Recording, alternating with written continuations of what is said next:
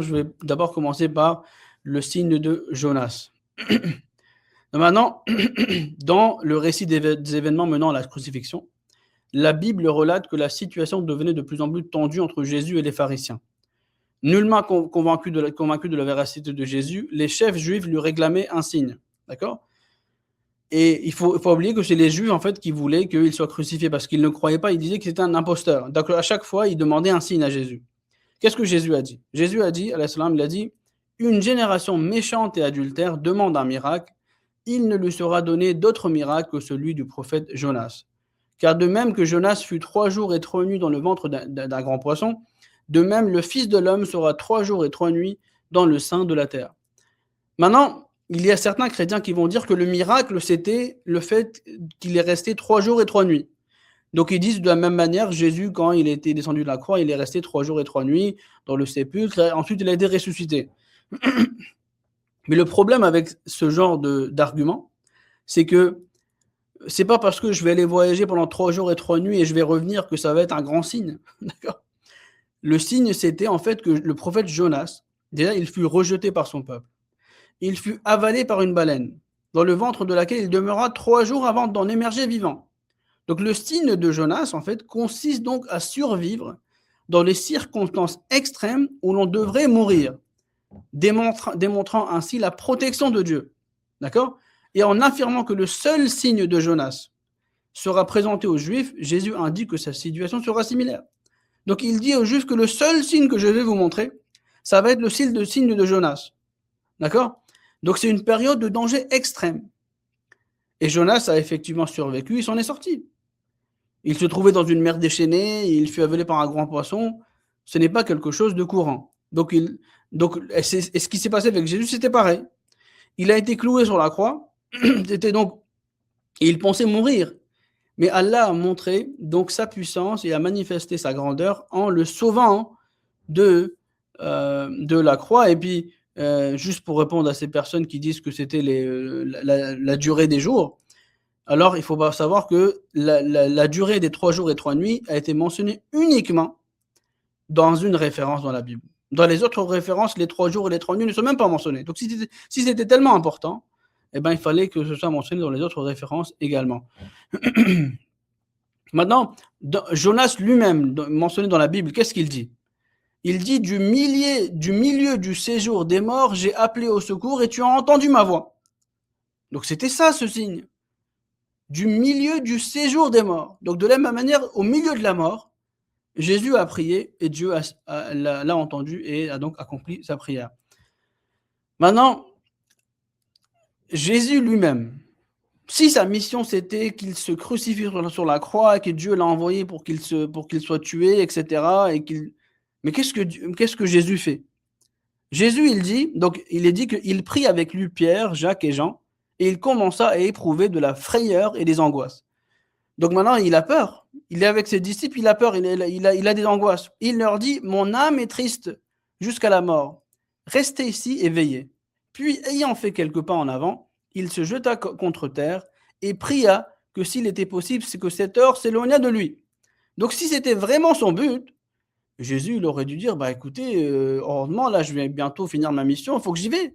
Mais qu'est-ce qu'il dit? Il prie à son Seigneur, il dit, Abba, Père, toutes choses te sont possibles. Éloigne de moi cette coupe. Pourquoi il est en train de prier pour que cet incident de la crucifixion ne se réalise jamais? Si c'était sa mission. Mais ça ne s'arrête pas là. Quand il est maintenant sur la croix, qu'est-ce il dit? Eli, Eli, lema sabachthani. Mon Dieu, pourquoi m'as-tu abandonné? Donc si c'était Jésus, Allah, Dieu a envoyé son Fils de Dieu pour qu'il soit mort sur la croix.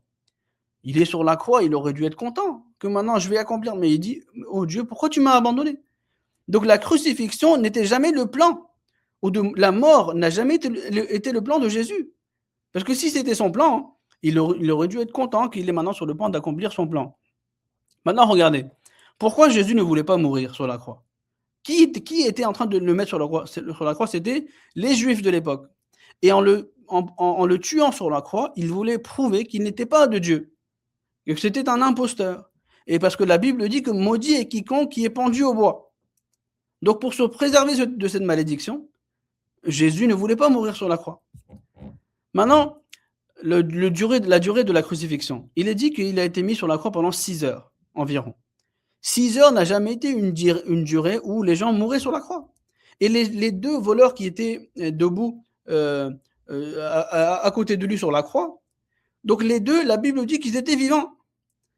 Et comme ils étaient vivants, donc les soldats ont brisé leurs genoux, leurs jambes. Ça veut dire que eux 2, ils étaient vivants, même s'ils étaient accrochés 6 heures. Mais ils disent: «Jésus, il est mort». Mais est-ce qu'on a brisé les jambes de Jésus? On n'a pas brisé les jambes de Jésus, d'accord? Et le fait qu'on n'a pas brisé ses jambes signifie qu'il était que c'est fort pour probable qu'il était inconscient, d'accord? Sur la croix, mais qu'il n'était pas mort. Et le fait que les 2 étaient vivants, ça veut dire qu'ils pouvaient bel et bien être vivants sur la croix. Donc c'est possible, il y a une forte chance que lorsqu'il a été descendu, il était en fait vivant. Maintenant, le gouverneur Pilate qui a tout orchestré, et cetera. Lorsque les gens sont partis lui dire qu'il est mort, qu'est-ce qu'il a dit? Il a dit, il s'est étonné. Il a dit, Pilate s'étonna qu'il fût mort si tôt. Parce que le gouverneur Pilate, qui savait comment ça se passait quand quelqu'un se crucifiait, il est choqué qu'il est déjà mort. Et la femme de Pilate, qu'est-ce qui se passe? La femme de Pilate, donc pendant que son mari, le gouverneur Pilate siégeait au tribunal, sa femme lui dit: «N'aie rien à faire avec ce juste, donc avec ce Jésus, car aujourd'hui j'ai beaucoup souffert dans un rêve à cause de lui». Donc qu'est-ce que cela signifie? Qu'elle est en train de dire que Dieu m'a montré un rêve et Dieu m'a prouvé que Jésus était innocent. Donc elle est en train de dire à Pilate que ne lui fais rien à ce juste, il est innocent. Vous voyez?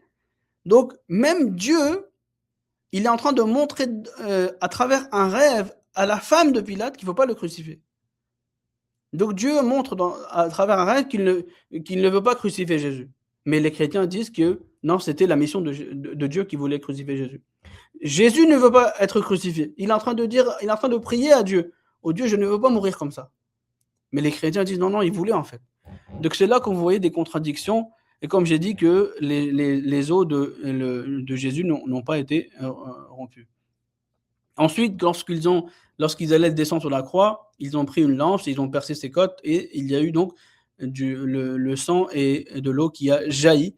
Et le fait que le sang a jailli, c'était bien sûr un signe du fait que le cœur bat toujours, il était toujours vivant et donc le sang circulait toujours. Donc ça aussi, c'est une grande preuve que le Messie promis à l'Islam, Mezarullah a mentionné dans son livre, pour prouver que Jésus était vivant.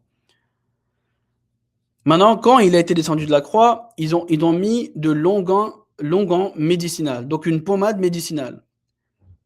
C'était une pommade d'environ 30 kilos de myrrhe et d'aloès. Vous imaginez? S'il était mort, pourquoi on allait mettre des herbes médicinales sur son corps?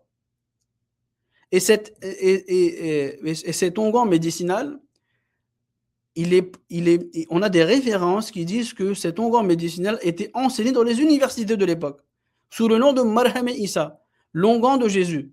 Si ça n'a jamais marché sur Jésus, d'accord? Pourquoi on l'enseignait dans les livres? Est-ce qu'on allait enseigner quelque chose avec lequel Jésus est mort? Non, c'est pas possible. Ensuite, Jésus lui-même dit qu'il n'est pas mort. Jésus, on l'a descendu de la croix, ils l'ont mis dans le sépulcre, dans la tombe à l'époque, c'était un endroit où vous pouvez carrément marcher. Donc maintenant, il est sorti et ses disciples pensaient qu'il était un esprit, un fantôme. Il dit: regardez mes mains et mes pieds, c'est bien moi, touchez-moi, regardez. Un esprit n'a ni chair ni os, comme vous le voyez bien, j'en ai. Et ils lui présentèrent un morceau de poisson grillé qu'il a mangé. D'où s'il était Dieu, il était immortel, que maintenant il est ressuscité. Mais il est en train de dire que je ne suis pas un fantôme. J'ai encore de la chair, j'ai encore des os. Et il mange. Ça veut dire qu'il n'était pas immortel.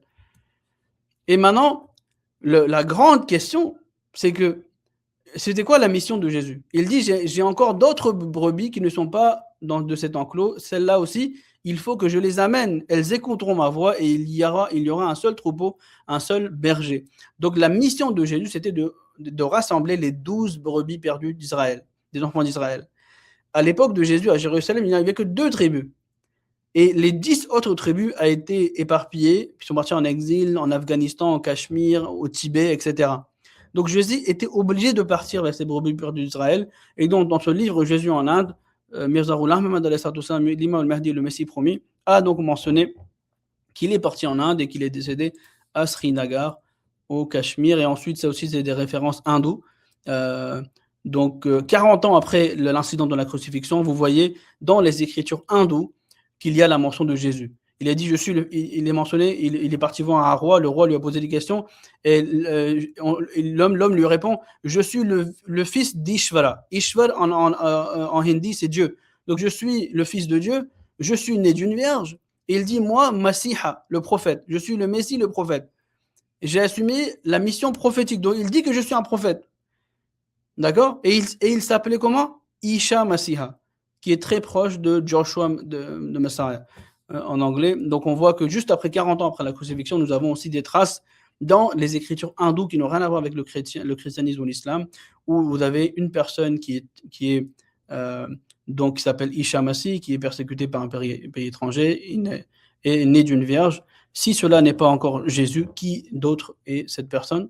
Donc voilà les choses que je voulais partager avec les frères et sœurs qui nous regardent aujourd'hui.